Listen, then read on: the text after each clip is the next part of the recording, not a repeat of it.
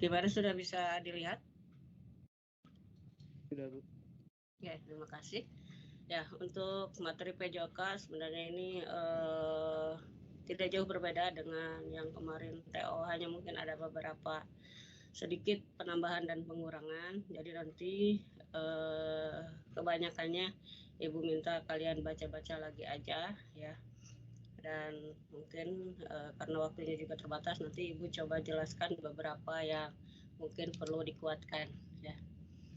Untuk yang pertama ini di permainan sepak bola ya, ini kalian diminta kembali memahami tentang teknik dasar menendang ya, dimana seperti kalian ketahui ada teknik dasar menendang dan kaki bagian dalam, kaki bagian luar, dan punggung kaki. Mungkin nanti karena ini kemarin Ibu diminta membuat dua tipe yang berbeda. Nah, di tipe tersebut kemungkinan yang ditanyakannya mungkin di tipe satunya menanyakan tentang kaki bagian dalam, dan di tipe lainnya bisa dimungkinkan menanyakan misalnya di kaki bagian luar atau dengan punggung kaki. Jadi diharapkan karena nanti bisa berbeda kalian mendapatkannya di tipe yang mana, mudah-mudahan bisa dikuasai ya semuanya. Nah, di sini mengingatkan kembali mengenai keterampilan gerak menendang bola dengan kaki bagian dalam ya, terutama di kelas 3 ini harus mampu atau memahami bagaimana analisis geraknya ya, dari posisi awal misalnya posisi berdiri ya, kakinya harus bagaimana ya, ketika ini kaki melangkah, kaki kiri ke depan, kanan di belakang, dan badan menghadap ke bola ya. Kemudian kaki yang menumpu di samping bola. Nah, yang harus diingat itu biasanya misalnya apakah kakinya berada pada posisi seperti apa, apakah ke depan atau ke samping ya, atau ke harapat. Nah, itu yang kadang nanti yang bisa dimungkinkan mengecoh dalam soal ya. Ya, kemudian juga selain posisi kaki, misalnya posisi badan, apakah badannya itu harus ke depan atau ke belakang. Nah, itu yang harus betul-betul diingat ya, karena hanya sedikit saja perbedaan kata, padahal di kalimat misalnya hampir sama. Nah, itu yang nanti akan menentukan kamu bisa menjawab mana yang benar dan salahnya ya. Ya, untuk selanjutnya ini nanti bisa dibaca saja ya sama kalian urutan geraknya, karena kalau dijelaskan kembali ini cukup membutuhkan waktu ya. Hanya nanti kalau misalnya sebelum pelaksanaan kalian ada pertanyaan, silahkan saja japri ke Ibu, misalnya ada yang masih kurang paham ya mengenai beberapa yang ada di sini, silahkan boleh ditanyakan nanti ya. Untuk gambarnya seperti ini ya, untuk membedakannya, karena kadang masih ada yang belum bisa membedakan, terutama untuk putri. Biasanya kalau putra suka lebih banyak menguasai karena sering mempraktekkan dan memainkannya, tapi putri karena jarang biasanya agak kesulitan untuk membedakan. Nah, jenis tendangan ini biasanya digunakan untuk mengoper jarak dekat ya. Selain digunakan untuk mengoper kepada teman saat bermain, juga untuk bisa mengeksekusi tendangan penalti ya. Karena jenis tendangan ini akan memberikan pengendalian bola yang terbaik ya. Memang dengan menggunakan teknik ini, pengendalian bolanya cukup baik ya, akan tetapi dari segi kekuatan memang akan ada sedikit kalah dengan teknik yang lainnya ya. Dorongan sempurna saat menendang sehingga kaki akan ke atas. Nah, ini nanti silahkan dibaca saja. Nah, adapun kesalahan biasanya yang terjadi saat melakukan teknik ini, yaitu di mana biasanya sikap badannya yang kaku ya, kemudian kaki tumpu tidak di samping bola ya. Jadi sikap badan itu jangan kaku ya, tapi harus lebih rileks, lentur, kemudian kaki tumpu juga harus di samping bola. Dan kalau misalnya dia tidak di samping bola, biasanya nanti itu akan menyulitkan saat ketepatan menendang mengenai bola tersebut ya. Kemudian kaki tendang tidak stabil. Nah, ini juga kesalahan yang kadang suka dilakukan. Kemudian badan kurang condong ke depan ya, dan tidak diikuti dengan gerak lanjut ya. Gerak lanjut ini atau istilah lainnya follow through ya, yaitu gerakan setelah perkenaan dengan bola ya. Ketika kaki tendang sudah mengenai bola ya, diharapkan ada gerakan lanjutnya ke depan ya, dan tidak kaku diam di tempat ataupun ke belakang gitu ya, sehingga itu akan mempengaruhi nanti baik itu keseimbangan maupun ke arah dan hasil dari tendangan itu sendiri. Kemudian ini menendang dengan kaki bagian luar ya. Urutannya sikap tubuh berdiri menghadap bola ya sama, kemudian kaki kiri atau kaki tumpu di samping bola yang akan ditendang ya, hampir sama, tidak jauh berbeda dengan yang teknik pertama.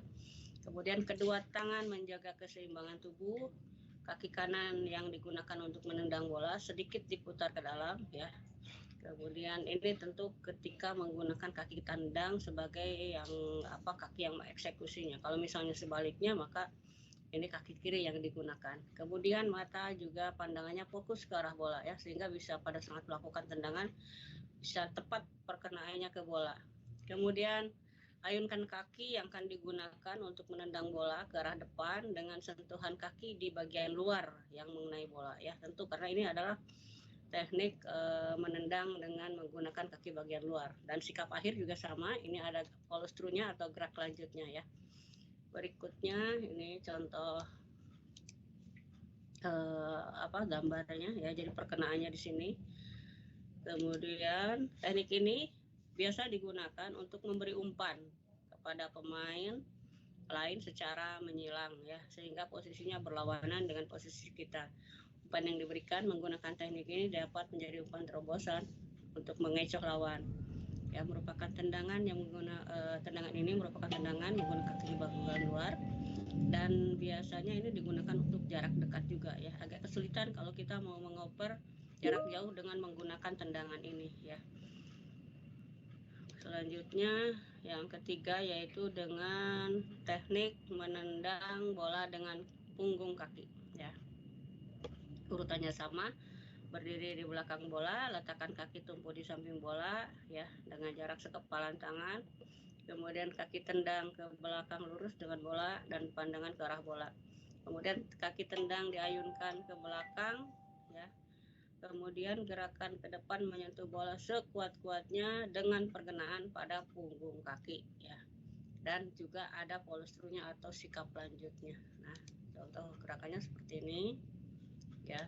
Untuk tendangan ini untuk bisa digunakan untuk pendek ya, ataupun bisa juga untuk jauh. Hanya biasanya umumnya digunakan untuk jarak jauh karena dia lebih memungkinkan dengan menggunakan teknik ini. Jika akan melakukan operan jarak jauh bisa menggunakan teknik ini ya. Beberapa pemain lebih memilih tendangan ini untuk tendangan penalti juga ya. Jadi selain untuk jarak jauh juga bisa untuk tendangan penalti agar menghasilkan tendangan yang lebih keras. Nah ya, tadi selain menggunakan kaki bagian dalam ya, jadi masing-masing punya kekurangan kelebihan. Kalau kaki bagian dalam itu biasanya akurasinya lebih tinggi, tapi untuk tingkat kekerasan hasil tendangannya kalah dibanding dengan teknik ini gitu ya. Tapi ini juga tidak menutup kemungkinan untuk digunakan pada tendangan penalti. Tapi kelemahannya itu akurasinya ya, atau ketepatan arah bolanya kalah dibandingkan dengan teknik yang pertama tadi. Tapi dia kelebihannya yaitu memiliki kekuatan tendangan dibandingkan teknik tendangan lainnya. Jika dia sudah bisa mengatur arah bola dengan baik, maka teknik ini lebih baik dipilih dalam melakukan tendangan tersebut ya. Selanjutnya teknik menyundul ya. Nah, di dalam menyundul ini ada beberapa teknik, diantaranya ada teknik menyundul dengan berdiri. Nah, yang harus kalian pahami juga sama seperti tadi, bagaimana sikap badan, sikap kaki ya pada saat melakukan teknik ini ya. Karena kalau kelas 3 ini lebih ke analisis gerak, bukan hanya mampu menyebutkan ya. Mungkin kalau kelas 10 kalian hanya ditanya tentang macam-macamnya saja ya. Ada berapa teknik menyundul bola dengan menyundul bola misalnya ya. Tapi kalau misalnya untuk kelas 12 ini ya harus mampu menganalisis geraknya ya. Nah, di sini ya untuk menyundul bola dengan berdiri yaitu sikap badan dan pandangan ke arah bola yang akan disundul. Nah, yaitu sementara kedua kaki dibuka ke samping atau kangkang ya ke depan agar kekuatan menyundul bola bisa dilakukan dengan maksimal ya. Jadi tidak dirapatkan kakinya. Kemudian ini badannya sedikit ditarik ke belakang ya. Posisi agak melenting. Jadi tidak tegak berdiri kaku ya ataupun tidak condong ke depan ya. Tapi dia badannya sedikit ditarik ke belakang ya. Dimana tujuannya agar ada momentum ya atau ada dorong pada saat melakukan sundulan itu sendiri. Pada saat perkenaan dengan bolanya ada daya dorong dari gerakan badan dari belakang yang didorong ke depan. Yang berbeda kalau sudah condong ke depan ya, nanti momentumnya lebih sedikit. Kemudian kedua lengannya ini terbuka, siku ditekuk untuk mengimbangi badan ya. Sementara leher harus ditegangkan ya. Kalau menyundul bola tentu harus ditegangkan ya. Dan pandangan juga harus fokus ke arah bola sehingga bola tersebut bisa tepat ke bagian yang kita inginkan di kepala ini. Kemudian selanjutnya gerakan badan ke arah depan dengan menuju bola dan selanjutnya sundul bola dengan tepat di bagian dahi atau kening ya. Nah, itu perkenaan yang benar ya. Jadi bukan di bagian ubun-ubun, bukan di bagian pelipis ataupun bagian lainnya dari kepala ya. Jadi harus kenanya di dahi atau kening. Kemudian ini ada dengan teknik melompat ya. Pada saat teknik melompat ini urutannya posisikan badan di bawah lambungan bola, kedua kaki dalam posisi sejajar, pandangan fokus ke arah datangnya bola, dan pada saat bola turun segala ambil tolakan. Kemudian meloncat ke arah bola dengan badan sedikit melenting. Nah, ini ya yang harus diingat ya. Dan tangan dibuka ke samping serta siku bengkok. Gunakan dahi. Nah, selalu ini walaupun melompat dengan cara melompat, berdiri, itu sama menggunakan dahi pada saat perkenaan dengan bolanya ya. Untuk menerima jatuhnya bola, kemudian lakukan sundulan sehingga bola kembali bisa memantul ke depan dan pada saat itu kaki kemudian ditekuk. Ya. Yang berikutnya teknik dengan cara menjatuhkan badan atau melayang. Ya, ini badan mengarah ke sasaran, pandangan mengawasi bola yang akan melayang, kemudian badan condong ke depan dan lutut ditekuk ya. Karena kenapa condong ke depan? Karena dia akan melakukan menjatuhkan badan ke depan atau melayang. Kemudian pada saat bola meluncur dari arah yang berlawanan, lari dan lompat ke depan serta melayang sejajar dengan tanah dan sundulah bola dengan menggunakan dahi ya. Nah, ini tetap dahi ya atau kening. Pada saat posisi mendarat, tangan bertumpu pada tanah dengan sambil meluncur di lapangan. Selanjutnya ya, jadi pada prinsipnya cara menyundul bola ini ya dari lari yang benar itu lari menjemput datang bola, pandangan harus ke arah bola. Otot leher harus dikeraskan atau dikuatkan. Kemudian gunakan dahi atau kening ya, jangan menggunakan bagian lain. Kemudian badan harus ditarik ke belakang ya, kecuali tadi pada saat yang melayang ya, sehingga akan melengkung dan mudah untuk menyundul. Dan pada saat menyundul tataplah bola, jangan memejamkan mata. Ini putri biasanya yang begitu ya, bukan hanya memejamkan mata, biasanya lari kalau mau menyundul bola itu. Jadi jadinya ketimpa bola ya. Lihat di mana bola yang akan datang dan ikutilah gerakan dengan berlari menyongsong bola yang datang ya. Jadi harus disongsong datangnya bola, bukan bola yang mengejar kita ya. Selanjutnya, nah ini istilah-istilah dalam permainan sepak bola ya, silahkan aja nanti kalian baca. Ada juggling, dribbling, shooting, passing ya, tendangan penalti, tendangan sudut. Barangkali saja kalian karena soal yang berbeda mendapat pertanyaan yang berbeda juga. Kemudian kita lanjut ke permainan bola voli ya. Ini cara melakukan passing atas dan bawah ya. Passing atas dulu. Berikut cara melakukan teknik passing atas dengan benar ya. Diawali dari posisi badan dulu. Nah, posisi badannya siap dengan membuka kaki selebar bahu. Nah, ini kakinya dibuka ya, jadi tidak dirapatkan. kaki dibuka selebar bahu. Mungkin poin-poin penting itu saja yang harus lebih kalian ingat ya, karena kalau mengingat kalimat secara keseluruhan itu agak sulit ya. Diambil aja ke clue-cluenya ya, misalnya kakinya bagaimana ya, apakah dirapatkan atau dibuka. Kemudian posisikan tangan siap berada di depan dada. Nah, ini untuk passing atas, tangan itu bagaimana, apakah rapat ke badan atau dibuka. Itu yang harus diingatnya ya. Dada untuk mengangkat ke atas ya, karena ini kan passing atas, jadi tangannya itu dibuka. Kemudian hal lain yang harus kalian ingat adalah jari-jari tangannya itu harus dibuka ya, tidak dirapatkan ya. Kalau dirapatkan itu tekniknya menjadi salah ya, jadi nanti perkenaannya menjadi ke telapak tangan, sementara harusnya itu ke jari-jari. Jadi tadi poin pentingnya, kakinya dibuka selebar bahu, kemudian sikunya dibuka ya, dan jari-jari tangan dibuka. Itu pada saat melakukan passing atas. Kemudian arah pandangan. Nah, arah pandangan ini tentu harus menghadap ke arah datangnya bola. Kemudian berikutnya perkenaan tangan. Pada saat bola datang, angkat kedua lengan untuk mendorong bola ke arah sasaran menggunakan ibu jari, jari manis, dan jari tengah pada kedua tangan. Nah, ini ya. Jadi menggunakan jari-jari bukan telapak tangan. Kemudian posisikan kembali kedua lengan berada pada posisi semula, yaitu tindak lanjutnya. Nah, kesalahan yang sering terjadi pada saat melakukan passing atas di sini, misalnya posisi kedua kaki pada saat melakukan passing ini tidak dibuka ya, dirapatkan. Kemudian kedua lengan ya kaku dengan selalu lurus ke atas, tidak dikembalikan ke posisi semula. Nah, ini ngepernya kurang sehingga mengurangi daya dorong bola nanti ke atas ya. Kalau misalnya lebih ngeper, itu akan lebih memungkinkan daya dorong yang lebih baik ke bola tersebut ya. Kemudian menerima bola dengan sedikit menangkap dengan jari-jari tangan yang tidak diperbolehkan ya.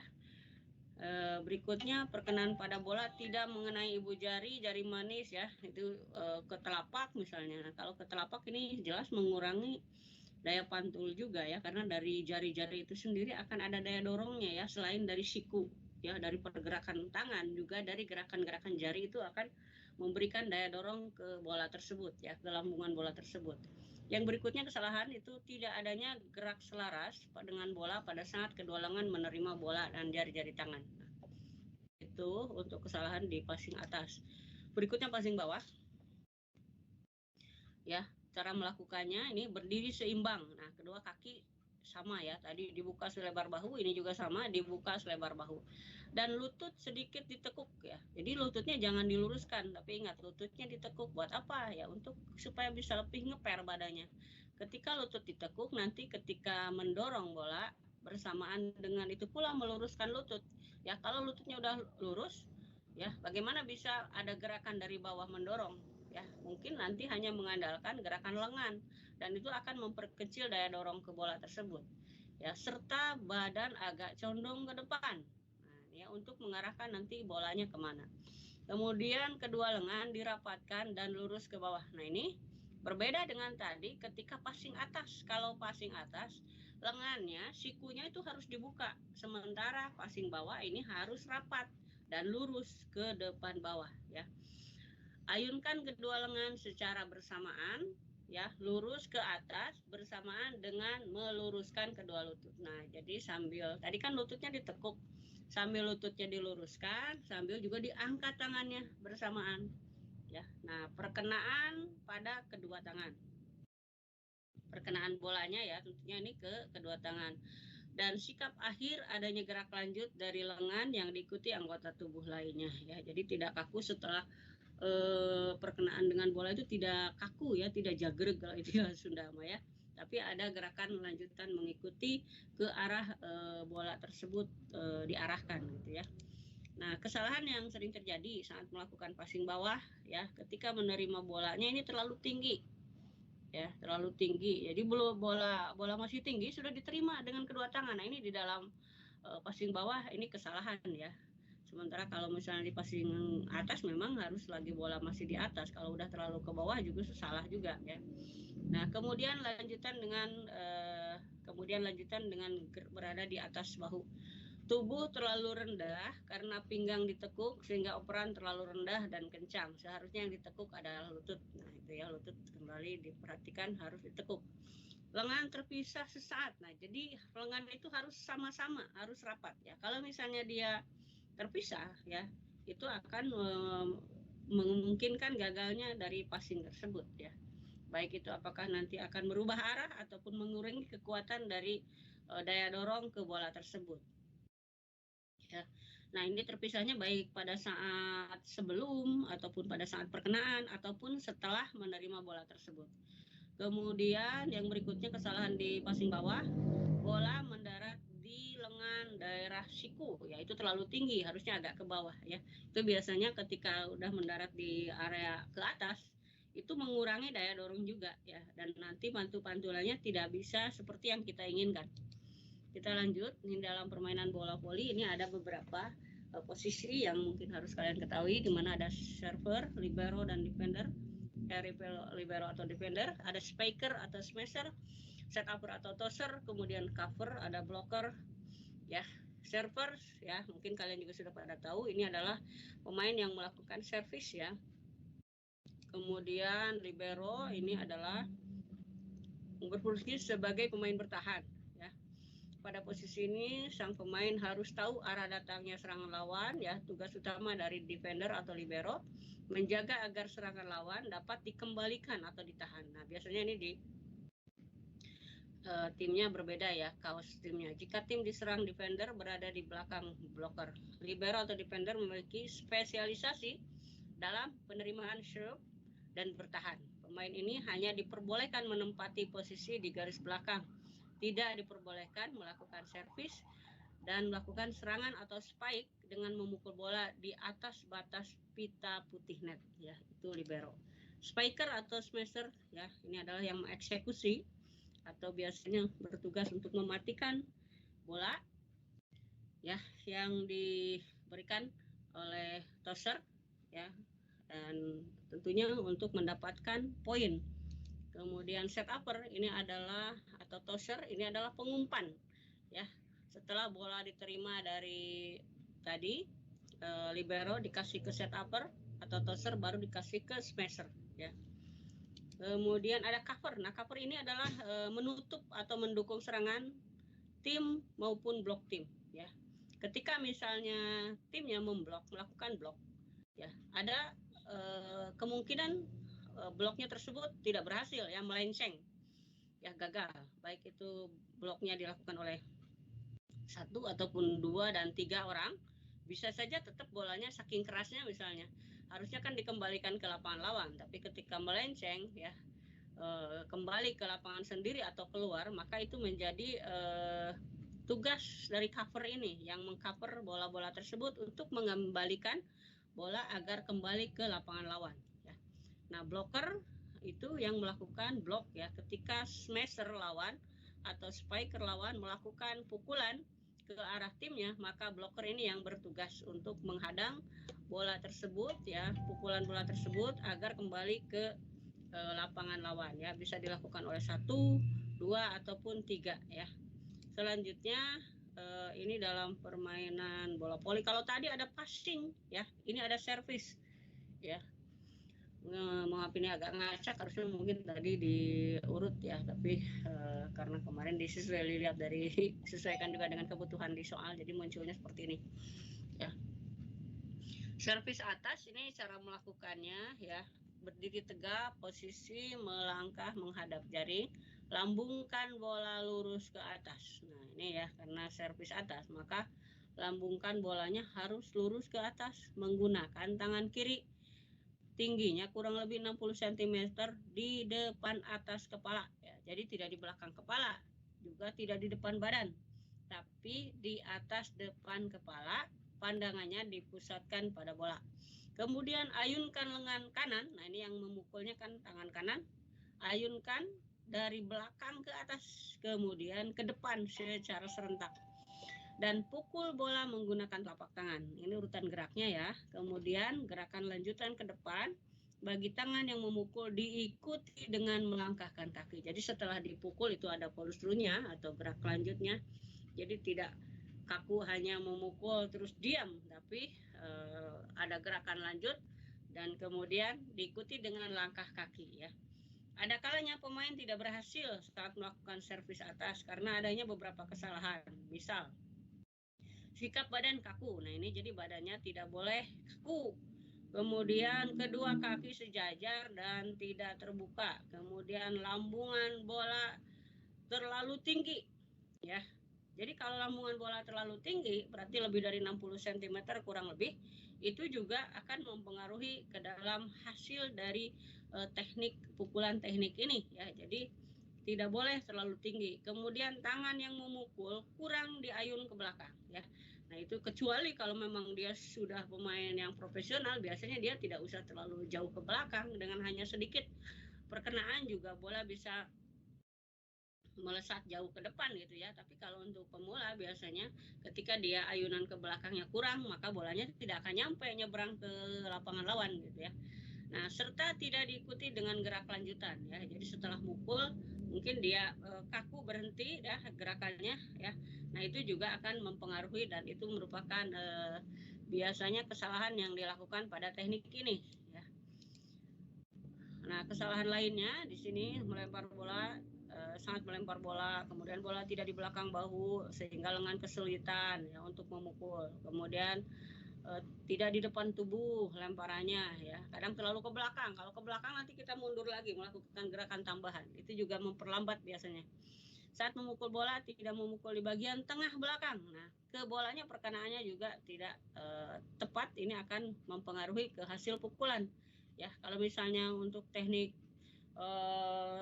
lain yang untuk pemain pro bisa saja sih ke samping dengan tujuan untuk memutar bola bisa saja. Tapi kalau untuk pemula biasanya diharapkan ini harus di bagian tengah belakang mukulnya ya. Kemudian tidak memukul bola dengan tumit atau telapak tangan tidak terbuka ya. Nah ini biasanya akan mempengaruhi pada kekuatan dari pukulan itu. Kalau misalnya menggunakan ujung-ujung jari ya untuk pemula itu akan menghasilkan pukulan yang kurang kuat gitu ya. Itu. Kemudian lemparan bola tidak di belakang bahu dan tidak memindahkan berat badan ke depan. Selanjutnya servis bawah. Ini berdiri membungkuk, posisi kaki melangkah, menghadap jaring net, tangan kiri memegang bola di bawah depan badan, badan sedikit membungkuk. Lampungan bola menggunakan tangan kiri kurang lebih setinggi 30 cm ya, ini servis bawah. Tidak terlalu tinggi tadi untuk servis atas. Bersamaan dengan itu tangan kanan memukul dengan gerakan mengayun dari belakang ke bawah depan ya, hingga bola melayang melewati atas jaring net. Ada kalanya pemain tidak berhasil melakukan servis bawah karena adanya beberapa kesalahan seperti sikap badan kaku, kedua kaki sejajar tidak ditekuk ya, badan kurang membungkuk ya. Kalau kaki tidak ditekuk biasanya mengurangi daya pukul, kekuatan pukulan ya.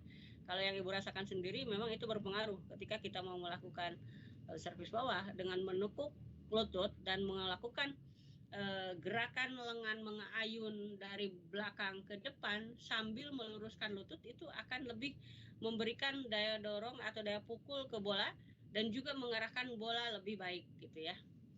Nah selanjutnya kesalahan lain yang sering dilakukan ya, ini nanti kalian silahkan baca, yaitu saat melakukan servis tidak dipegang setinggi pinggul ya, pukulan bola tidak tepat ya, tidak mengayunkan lengan, kemudian pada saat melakukan servis bawah tangan yang mengangkat bola ikut diayunkan. Saat mukul bola tidak dengan tumit, telapak tangan yang terbuka ya. Nah ini telapak tangan terbuka ini akan mengurangi kekuatan ya, kekuatan pukulan, jadi harus dirapatkan. Dan mukul bola kepala dan bahu tidak berada di depan sejajar dengan lutut, tidak melangkah ke depan dengan kaki depan. Lanjutnya servis menyamping ya, ini silahkan nanti kalian baca ya. Yang selanjutnya karena waktu Ibu agak percepat. Layup shoot nih masuk ke bola basket. Layup shoot ini adalah salah satu teknik shooting di dalam permainan bola basket ya, mungkin kalian sudah mengetahuinya ya, atau dikenal dengan irama dua langkah ya, atau two kind rhythm ya, dimana pada saat melakukan layup shoot ini dilakukan dengan melangkah dua langkah ya. Ini merupakan suatu gerakan tembakan atau lemparan ke arah keranjang dengan cara melompat atau melayang yang sebelumnya dilakukan dengan melangkah 2 langkah ya ke arah ring basket.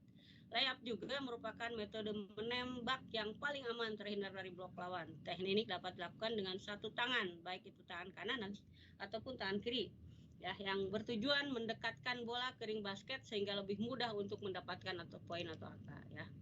Nah, ini bagaimana cara melakukannya. Yang pertama, sikap awal, pemain menangkap bola dengan melompat ke depan. Ya, kemudian pemain bergerak menangkap bolanya ini sambil melayang, ya. Kalau misalnya dia tidak sambil melayang, nanti akan selain menyulitkan ke dalam gerakan juga akan mempengaruhi ke jumlah langkah nanti, ya. Kalau salah nanti penambahan langkahnya, maka ini menjadi pelanggaran. Yang ketiga, tangkapan dilakukan dengan 2 tangan, ya, jadi tidak oleh 1 tangan. Ini sikap awalnya. Kemudian pelaksanaannya, begitu mendarat, langkahkan 1 langkah pendek ke depan dan menolak ke atas sambil mengangkat bola ke atas.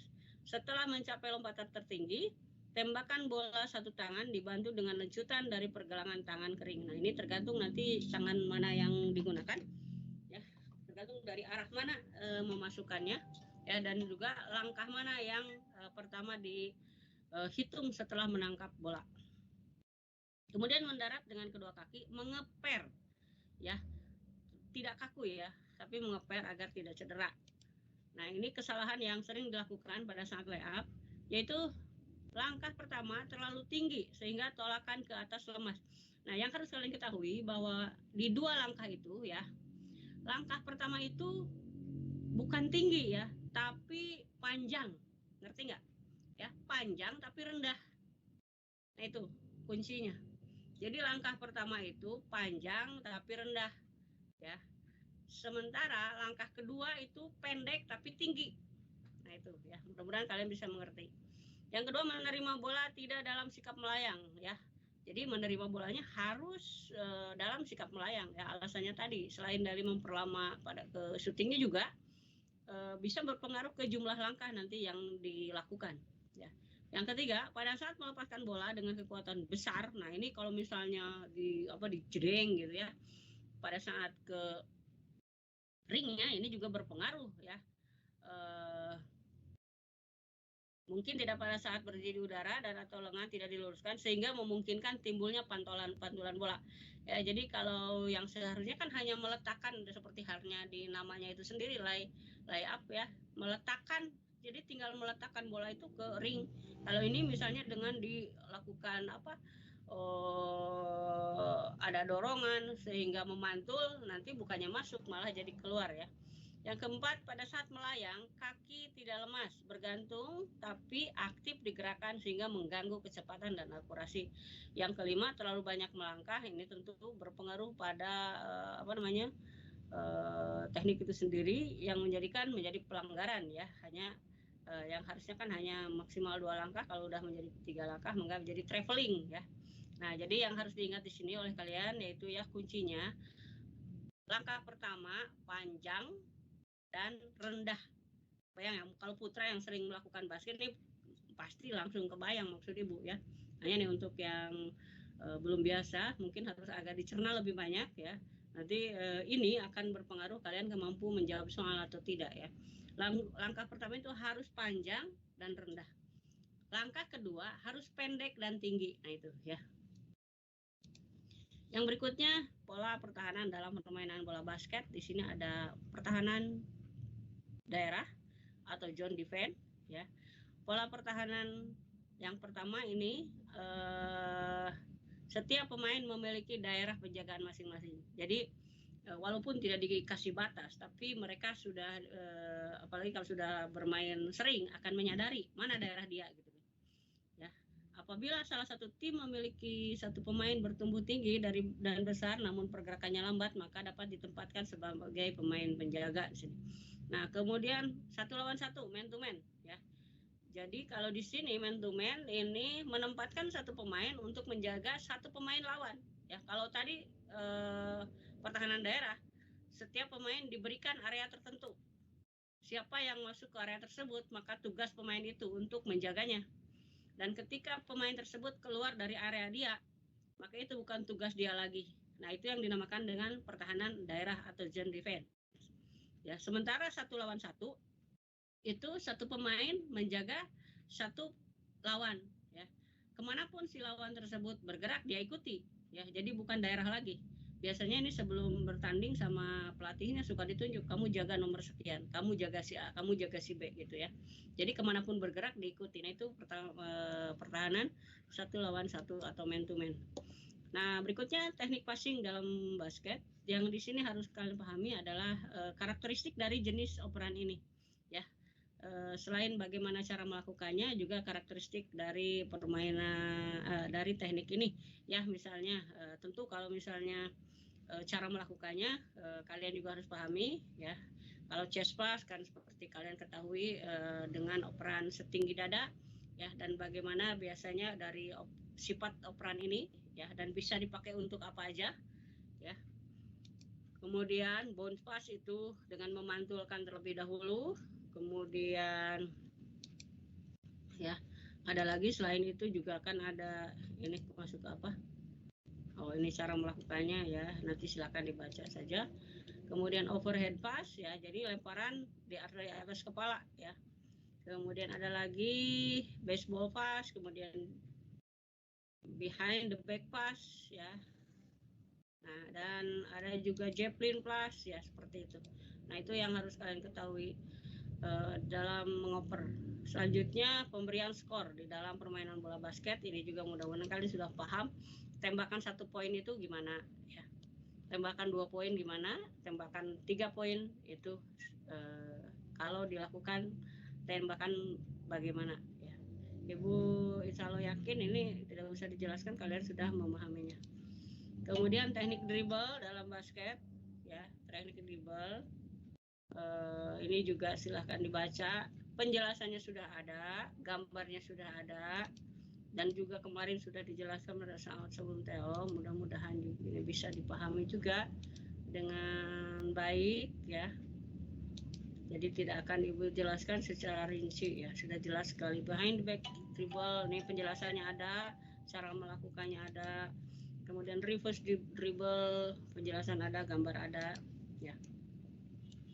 Nah, berikutnya nih pola dalam basket juga ini silakan dibaca ya, pola penyerangan bebas ya.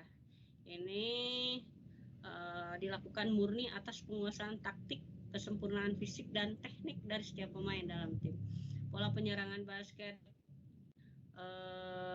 penyerangan bebas ini dilakukan tanpa bola sehingga menyerupai zona fresh ya.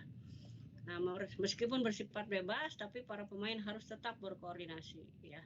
Jadi biasanya ini sudah punya apa namanya ya, kebiasaan sendiri, feeling sendiri yang akan dipahami oleh temannya ya. Ketika si A bergerak kemana, si B kemana, si temannya sudah paham ya. Kemudian penyerangan kilat atau fast break ya, ini biasanya menyerang dengan hanya melakukan 2 atau 3 operan saja ya. Pola penyerangan ini bertujuan mendapatkan posisi tembakan ketika lawan belum siap ya, belum menempati posisi jaganya ya. Jadi dibuat lemparan operan yang cepat dan lawan kaget, mungkin tiba-tiba sudah masuk aja gitu ya. Nah, itu penyerangan kilat. Kemudian ada lagi kilat berpola ya, ini juga termasuk cepat, tapi ini biasanya ada pola-pola khusus yang dibuat, yang dilakukan ya. Demikian juga penyerangan berpola ya, ini biasanya dilakukan selama berlatih itu beberapa pola atau aluran gerak bola yang dilakukan operan-operan ya dengan bermacam variasi yang diberikan oleh pelatih, yang biasanya itu dilakukan drilling pada saat berlatih ya, sehingga pada saat menyerang itu akan bisa keluar dengan otomatis sendiri ya, karena kalau sudah dilakukan puluhan kali, ratusan kali, ribuan kali, nanti otomatis mereka akan saling paham langsung ya, mengoper kemana, dan perkenaannya juga bisa lebih diketahui oleh temannya ya. Dan tentu pola-pola tersebut akan melihat situasi lawan di lapangan ya. Kalau misalnya lagi posisi seperti apa, maka diberikan pola yang mana. Nah, itu biasanya kalau sudah sering akan otomatis mengalir ya. Jenis pukulan dalam permainan bola kecil nih ya. Nah ini silahkan juga dibaca ya. Ada servis, kemudian lob, kemudian drive. Ini ke Putri Ibu sudah menjelaskan ya. Untuk yang putra mudah-mudahan juga bisa memahaminya. Hanya kalau kata Ibu mah ini diingat saja kalau servis itu apa sih ya. Jadi kalau nanti kalimat di soal misalnya memberikan kalimat yang panjang tapi kamu sudah menangkap kata kuncinya, clue dari pengertian salah satu teknik tersebut apa, itu akan mudah ya. Jangan terkecoh dengan kalimat yang panjang menjelaskan dari jenis pukulan tersebut.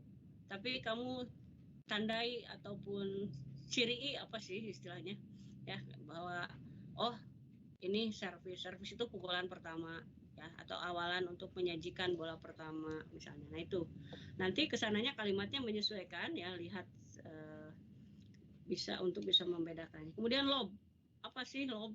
Nah lob ini ya ciri khasnya dia itu bola yang pukulan yang jauh melambung ke belakang daerah lawan ya, dan tujuannya tentu sama untuk mematikan di daerah lawan ya, terutama biasanya dengan mengecoh lawan mengira ini out atau masuk ya. Nah gitu biasanya lob itu ya, lob ya, tidak ada pukulan lob jatuhnya di depan gitu ya.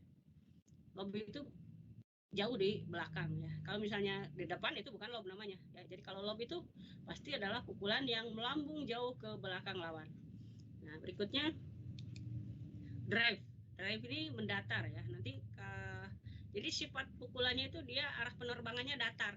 Nah jadi kata-kata kunci itu yang mungkin bisa lebih kalian ingat dengan mudah ya, daripada menghafal penjelasan kalimat dalam redaksi yang panjang gitu ya. Jadi kalau drive itu mendatar, lob itu jauh ke belakang, servis itu pukulan pertama atau untuk memulai. Nah itu yang kalau Ibu menyarankan untuk kalian mengingatnya, karena toh itu memang di situ poin pentingnya, bahwa jadi dengan diingat itu aja kalian menjadi tahu gitu, daripada mengingat kalimat yang panjang yang mungkin kalian ketika tidak bisa menangkap intisarinya malah bahkan jadi nggak ngerti gitu ya. Nah jadi itu ya. Kemudian tadi ada service, ada lob, ada drive, nah ada drop shot. Kalau drop shot ini pukulan yang tepat melampaui net dan langsung jatuh ke sisi lapangan lawan ya. Nah drop shot ini mungkin akan kesulitannya bertukar dengan netting ya, karena netting juga pukulannya itu jauh dekat ke net ya. Tapi perbedaannya adalah kalau drop shot ini dia sifatnya lebih keras dan menukik ke dekat net ya. Nah kalau udah menukik itu juga hampir tertukar dengan smash misalnya ya. Nah tapi yang membedakan smash dengan drop shot, kalau smash ini udah jelas lebih keras dan dia tidak hanya ke depan net ya, bisa ke samping, ke tengah, ke kanan, ke kiri gitu ya kalau smash itu. Nah itu yang membedakannya, nanti lihat di urutan kalimat berikutnya. Nah itu kalau netting dia memang ke dekat net tapi sangat dekat gitu ya, lebih dekat dari drop shot. Nah itu untuk bisa membedakan ya. Nah ini pukulan yang dilakukan cepat sekeras-kerasnya ke arah lapangan lawan dan tentunya untuk mematikan bola di lapangan lawan tersebut ya. Ini jenis-jenisnya ada di sini bisa dibaca ya. Nah ini pukulan netting, jadi pukulan yang sedekat mungkin dengan net ya, dengan sentuhan halus namun akurat, jadi asal lewat aja gitu ya, sehingga ini lebih memungkinkan lawan kesulitan untuk mengembalikan ya. Tapi kalau misalnya drop shot itu agak ada lebih jauh dari netting ya, jaraknya ke netnya itu pergerakannya. Nah itu kemudian ini cara memegang raket di dalam permainan bulu tangkis, silahkan dibaca ya. Ini juga sudah ada penjelasannya, ada gambarnya ada ya. Karena kalau dijelaskan tidak akan cukup waktunya, Ibu sudah lihat waktu kita tinggal 12 menit lagi. Nanti Ibu coba mencari mungkin yang perlu diperdalam lagi. Nah ini permainan tenis meja. Nah push ya, paling sama seperti tadi ya, lob itu apa misalnya. Nah, push juga apa? Push ini ingat aja kalau push kan itu mendorong, mungkin kata kuncinya di situ, walaupun memang perlu penjelasan lain juga sih, nanti dibaca juga. Drive juga sama dengan tadi di bulu tangkis, itu mendatar ya, karena kalau misalnya kalian belum hafal, belum menguasai ini, kemudian kalian dalam semalam harus mengingat, ini agak sulit ya, tapi akan mudah kalau yang seperti Ibu ingatkan tadi ya, dengan mengingat kata kuncinya aja. Chop, nah ini chop ini memukul bola seperti menebang pohon dengan kapak. Nah, ini pasti biasanya rata-rata ada kata ini ya, chop itu. Nah, ini servis apa, blok apa di dalam permainan tenis meja, spin ya, itu seperti namanya itu sendiri ya, gerakan bola yang memutar ya. Nah, gitu. Nanti silakan dibaca. Nah, ini sistem skor dalam permainan tenis meja. Jadi di tenis meja ini kalau dulu ada 21, kalau sekarang 11 ya. Kemudian kalau misalnya dulu dengan pergantian servis itu 5 kali berturut-turut, kalau sekarang dengan 2 kali ya. Dan kalau misalnya terjadi skor 10-10, maka itu harus diperoleh perbedaan 2 poin ya. Seperti itu. Kemudian kalau misalnya 10-10 ya, walaupun lawannya udah mencapai 11 ya, karena misalnya tadi di poinnya 11, kalau 10-11 itu belum mendapatkan pemenang, jadi minimal harus 10-12 ya, seperti itu. Jadi perbedaan harus 2 poin. Kemudian lanjut ke jalan cepat. Di sini di jalan cepat ya, teknik melakukannya ya harus kalian kuasai. Nah, di mana teknik jalan cepat ini ya, dimulai dengan gerakan langkah mengangkat paha kaki ayun ke depan. Nah, ini ingat ya, mengangkat paha kaki ayun ke depan.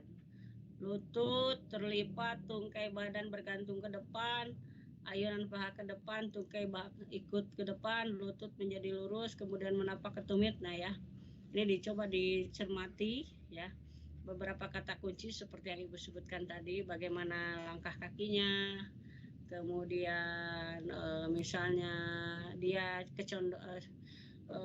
ayunan lengan berapa derajat, kemudian ya hal-hal detail seperti itu ya. Oke, kita lanjut. Berikutnya lompat jauh. Ya, di dalam lompat jauh ini ada tahapan awalan, ada tahap tolakan ya. Kemudian melayang di udara ya dan mendarat. Jadi di lompat jauh ada awalan, tolakan, melayang di udara dan mendarat. Nah, gaya dari lompat jauh dilihat dari pada saat dia melayang di udara. Pada saat melayang di udara, bagaimana posisi dia? Ya, apakah dia posisinya jongkok? Apakah posisinya menggantung? Apakah dia seperti berjalan di udara? Maka pada saat melayang di udara tersebut dia melakukan apa? Itulah gaya yang dia gunakan. Ya. Nah, ini gaya jongkok seperti ini. Ya, ini adalah pada saat tolakan, melayang di udara dan mendarat. Pada saat melayang di udara, posisinya seperti ini adalah gaya jongkok. Kenapa? Karena dia posisinya jongkok. Ya, berikutnya menggantung atau hang style.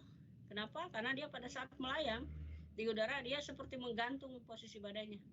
Kemudian berjalan di udara karena pada saat dia melayang dia seperti berjalan di udara.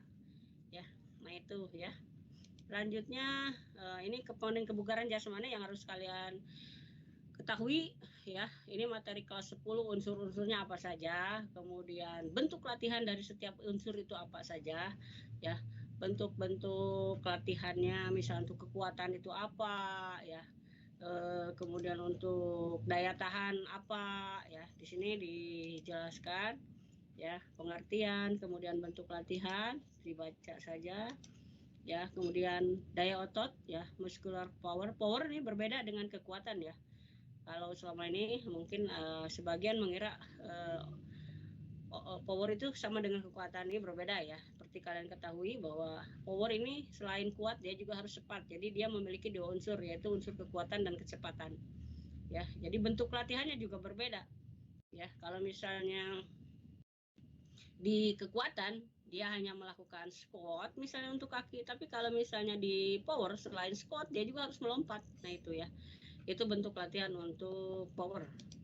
Kemudian kecepatan, ya ini pengertian dan bentuk latihan. Kemudian fleksibilitas ya, atau daya lentur, atau kelentukan ya. Pernah Ibu lagi tes, ada yang nanya, Bu, kelentukan itu apa ya? Kelentukan itu sama dengan kelenturan ya, atau flexibility. Kemudian kelincahan, agility, ini bentuk latihannya ya, dan masih banyak sebenarnya yang lainnya. Kemudian, nah ini pembagian jenis olahraga. Ini untuk putri, mungkin kemarin sempat dijelaskan, hanya untuk putra. Silahkan baca saja ya. Terutama yang misalnya jenis-jenis di artistik ini ya, apa saja ya.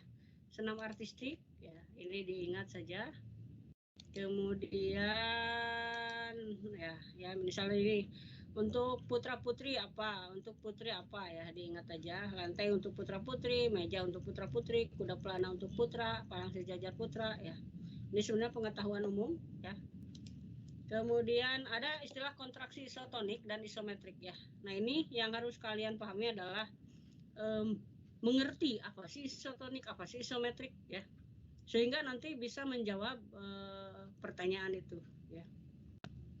Kalau memang agak tidak mudah ya, kalau belum memahami betul akan kesulitan nanti menjawabnya ya. Oleh karena itu untuk yang ini mohon dipahami betul ya. Jadi isotonik ini berasal dari kata iso yang artinya sama ya, bukan ora iso ya. Iso itu sama, dan tonik itu ini Bu ngomong terus gak pernah menyapa kalian.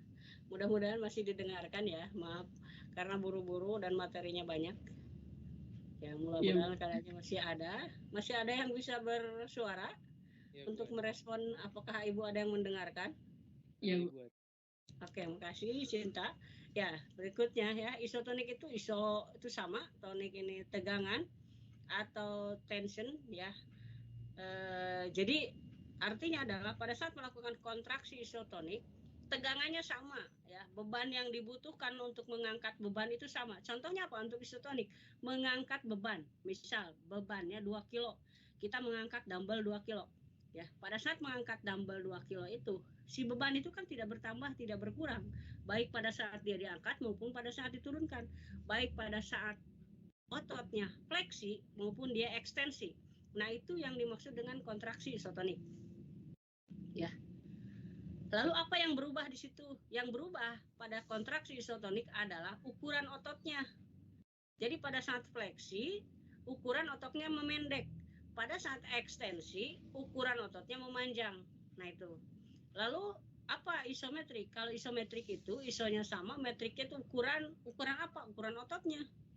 Kalau tadi di isotonik, ukuran ototnya kan tidak sama, berubah, memendek, kadang memanjang.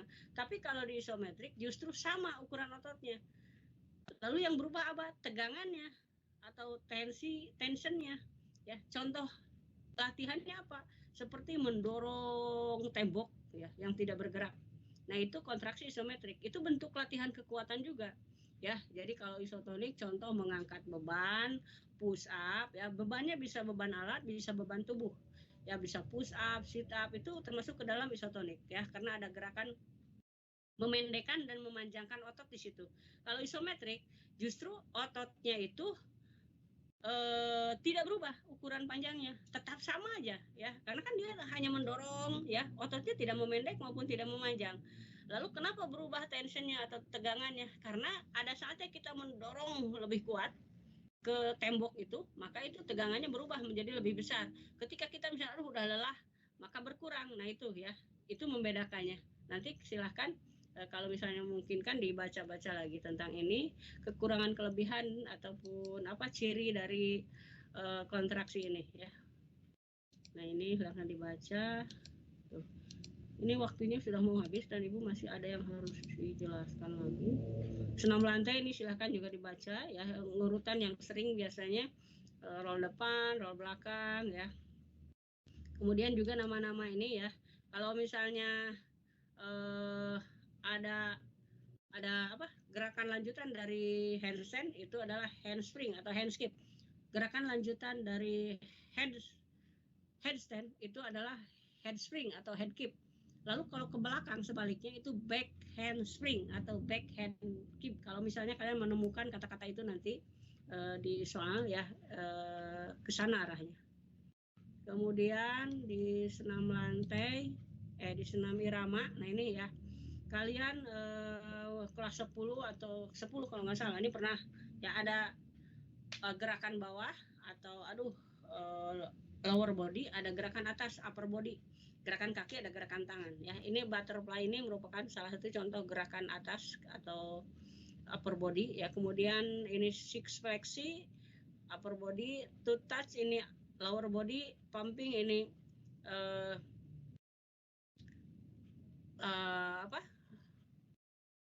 upper body, grapevine ini lower body. Nah, yang harus kalian biasanya ditanyakan di soal ini menggabungkan gerakan ini cocoknya dengan apa ya.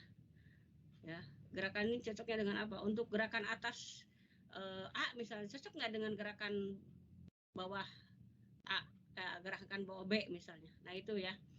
Dulu pernah sih di kelas 10 dicoba dipraktikkan terutama untuk putri ya, mudah-mudahan masih ingat ya. Walaupun putra mungkin nanti bisa dibayangkan lah, dilihat ya. Itu kemudian paling yang harus kalian ketahui lainnya satu lagi aja, sedikit lagi ya. Prinsip dari low impact itu adalah tidak adanya loncatan dari badan kita, hanya melangkah. Misalnya ketika satu kaki melangkah, satu kaki lainnya tetap menempel di lantai, itu low impact ya. Jadi kalau misalnya step touch atau one step touch itu low. Karena apa? Ketika melangkah satu kaki kan masih nempel ya, ketika kaki menempel yang satu baru ini yang diangkat. Nah, itu low impact. Kalau high itu adalah pada prinsipnya kedua kaki ada sangat lepas dari lantai ya. Nah, itu high. Kalau mix campuran dari keduanya ya. Nanti ketika ada soal tentang itu ya, nanti kalau nggak salah di sini ada contoh-contohnya, kalian baca dan mudah-mudahan bisa jawab di soal tersebut. Mungkin itu karena waktu juga sudah habis. Itu yang ingin Ibu sampaikan. Terima kasih banyak perhatiannya ya. Mudah-mudahan kalian bisa menjawabnya dengan baik dan sejujur-jujurnya ya. Ibu harapkan tidak usah melakukan ketidakjujuran untuk mendapatkan nilai yang bagus ya, karena Ibu lebih ikhlas nilai apapun adanya asal hasil kejujuran daripada nilai kalian bagus tapi dengan tidak jujur. Dengan sebenarnya Ibu kalau terlalu ini kasar ya, mungkin tidak ridho lah istrinya memberikan nilai seperti itu. Jadi silakan